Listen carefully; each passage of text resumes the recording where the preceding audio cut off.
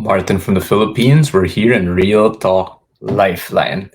So, for this live, very special, I'll be doing the topic on relationships. So, people watching the live or the replay, feel free to comment down below if you have any experience that you want to share related to the topic of relationships.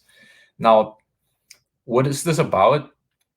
Earlier tonight, I was reading, I was doing my me time, and I was reading this book, A Return to Love by Marianne Williamson.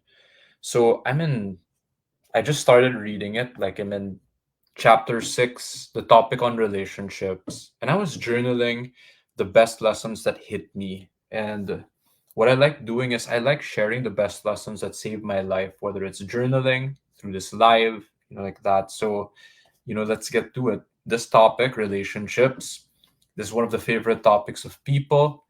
And who am I to talk about this? I've been in some relationships growing up in high school. That's when I had my first relationship with a girl. I was first or second year high school. It was like 1 year. After that, in third year high school, I went through a long one, 9 years, which ended in 2014. So I was 27 years old that time in 2014. And that was a huge part of my life, like one third. So the topic tonight is relationships, right? Now, aside from that, relationships are not just romantic, right? I'm a son to my parents, I'm a brother to my siblings. You have relatives, right? In school, like you have classmates, work colleagues. Growing up, I had a neighbor who I got close to. I remember one time related to relationships, my parents would allow me to go over to his house, like to play computer games. I remember I was like crying in my bedroom. Hit me that hard. For some of you, relationships can also mean maybe your career, right? Or something that really matters to you, and then you lost it. I learned this recently. For some people, it's relationships with their dog, with their pets, and they get affected by it. Before, I thought it was a joke, but it's real. Like it's a real thing. So relationships can mean a lot.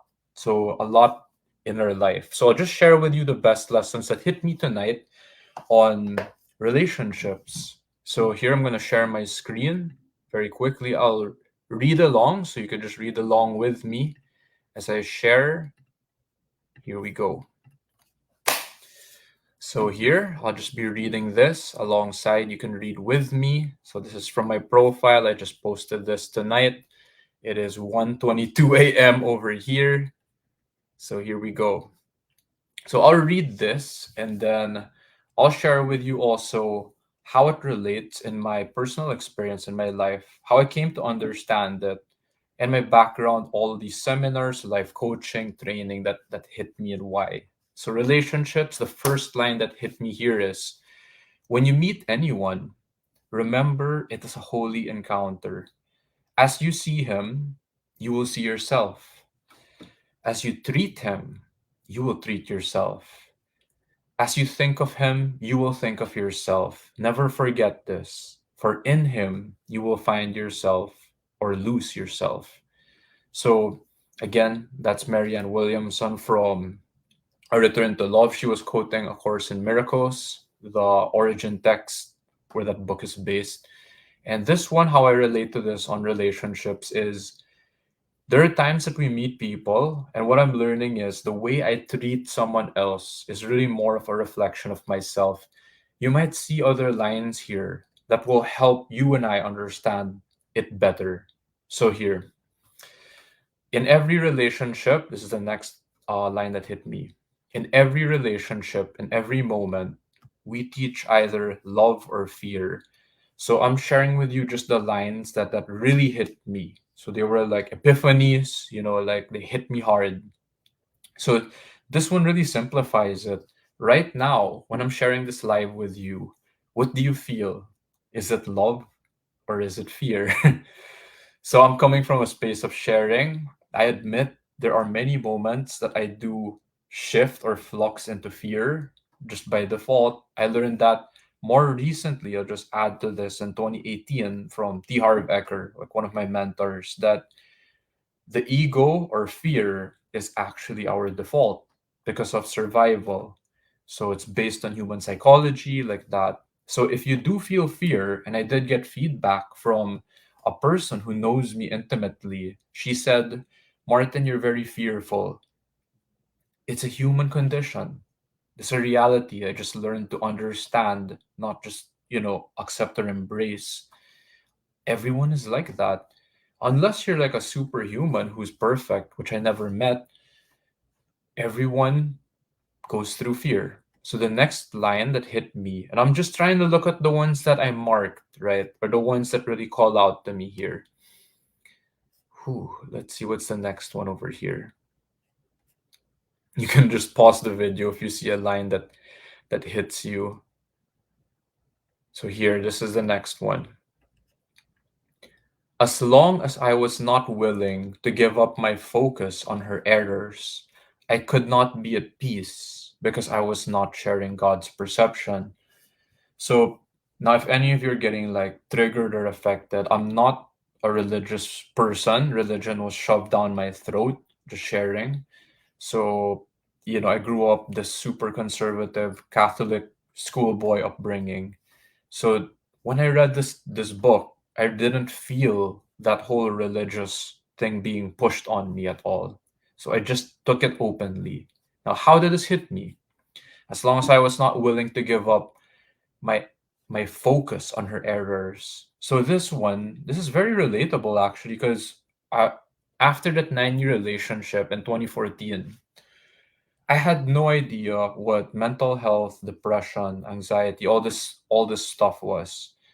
So letting go is for me was a long process. And I'll share that I got closure just recently. So it's March 18. It was only some weeks ago, February 27, when I got closure accidentally 10 years after already that 9-year relationship. Because that was February 27, 2024. And then that 9-year relationship ended in 2014. So I'll relate it back to this. If I keep focusing on her errors, the lines, the words, like, I wish or I hope people see the devil in you, the monster in you. If I always focus on that, the error, I'll never be at peace. Now, if you say what's God's perception, to keep it simple, because there might be other lines that will help here in a bit.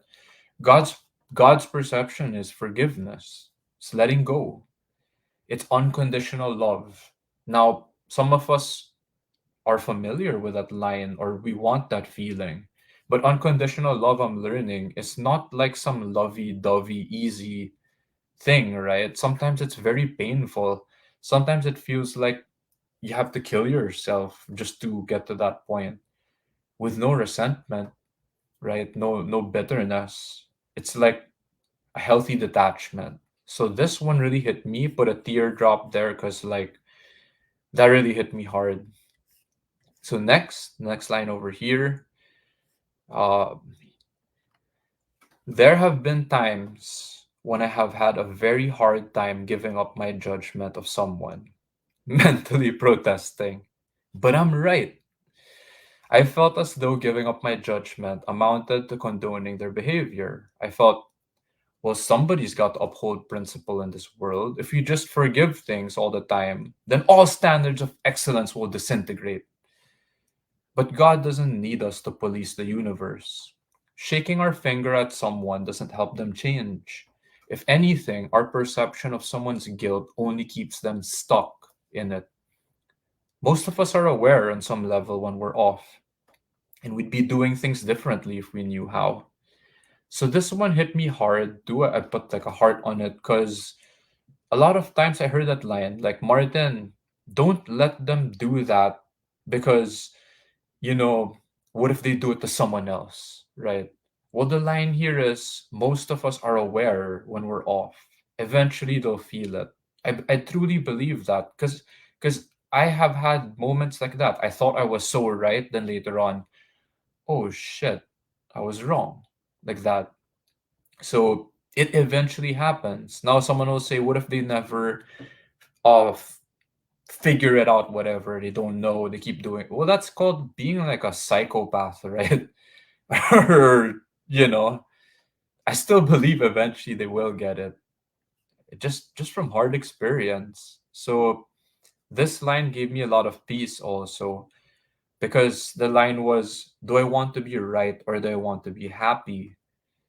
And spoiler, the answer is the people who want to be right. It's usually based on ego. Sorry, bro. I'm in the middle of this live. So the people who want to be happy, they it's out of love, right? It's about out of acceptance or love of the other person or self. So the next line that hit me on relationships. So guys, I'm gonna quickly just check here if there are any no comments on this live. So here, going back, what's the next line that hit me? Just the ones I marked right here. You can pause it, by the way, if ever you found a good line and you want to read it, because all of these lines I journaled actually hit me. So over here, all negativity, all negativity derives from fear. When someone is angry, they are afraid. When someone is rude, they are afraid. When someone is manipulative, they are afraid. When someone is cruel, they are afraid.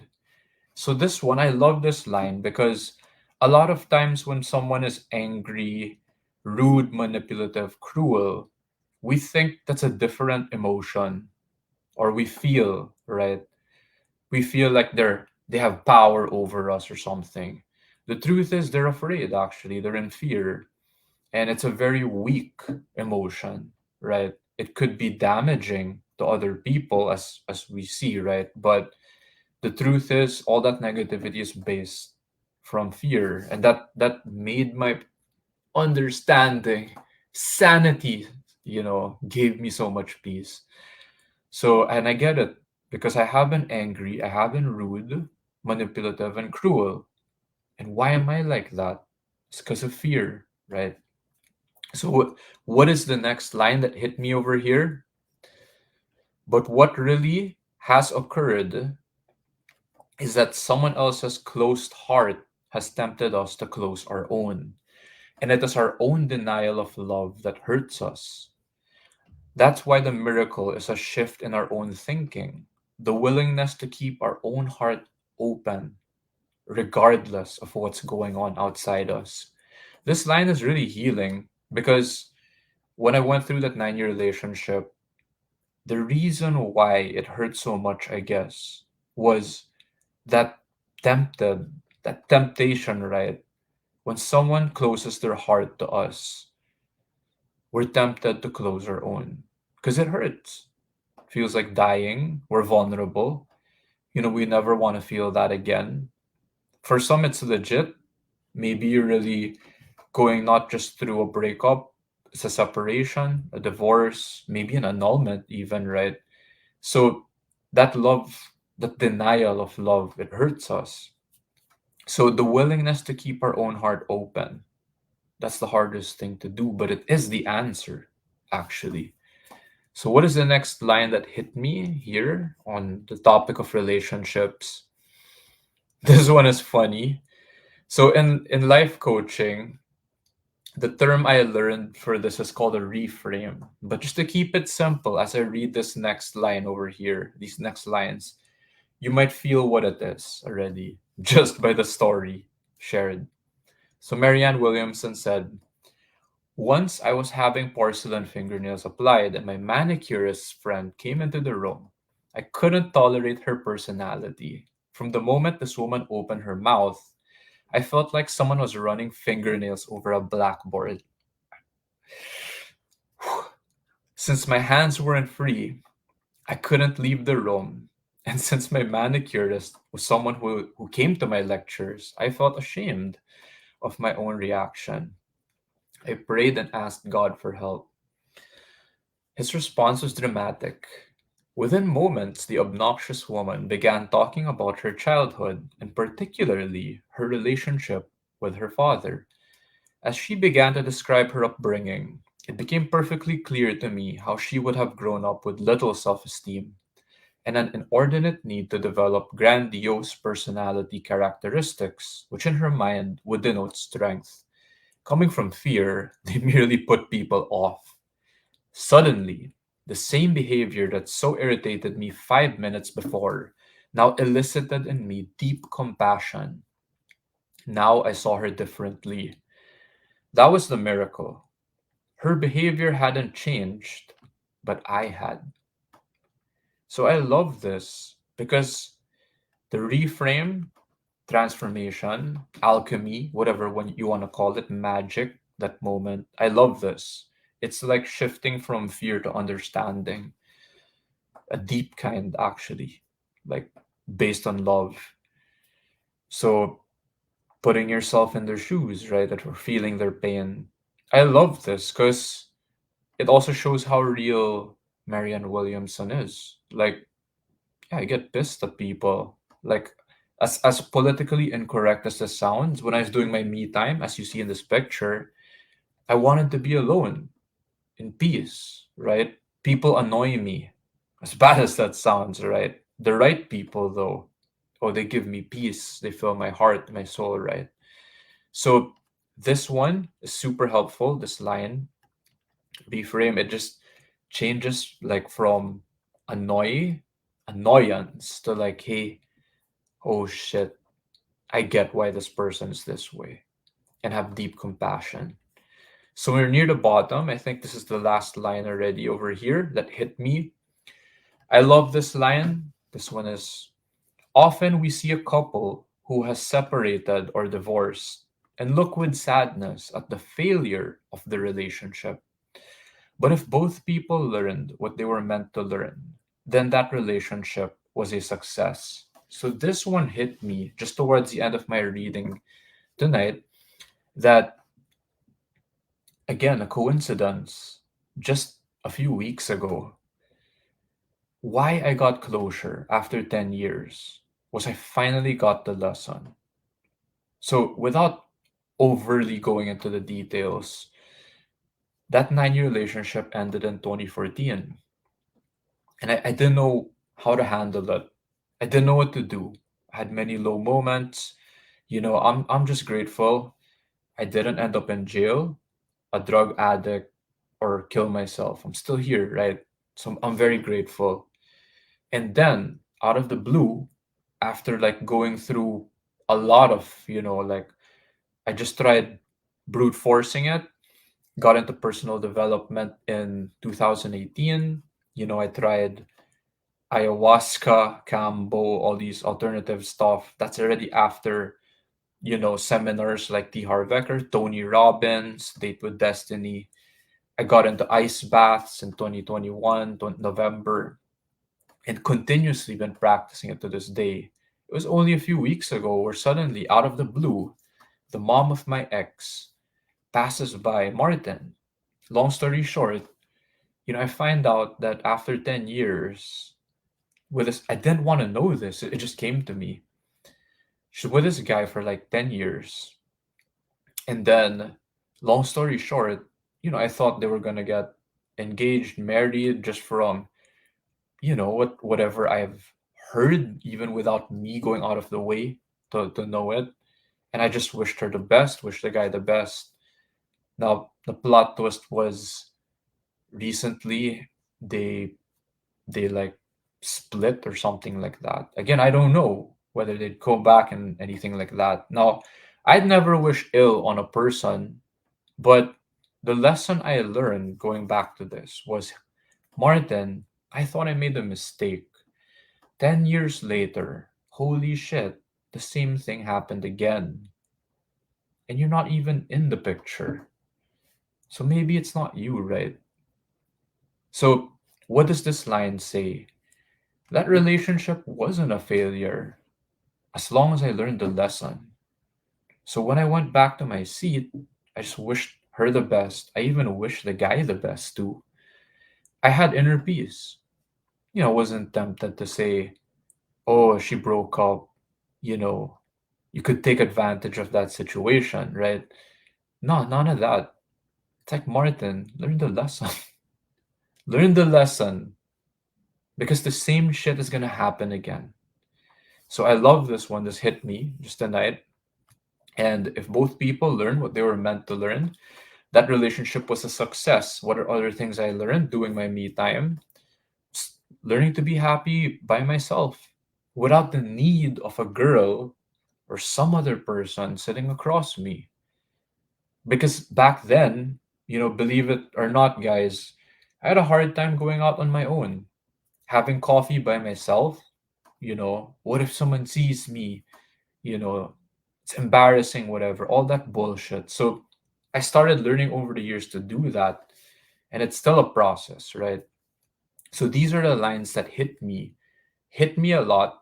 And A Return to Love by Marianne Williamson, just going back to me here. Uh,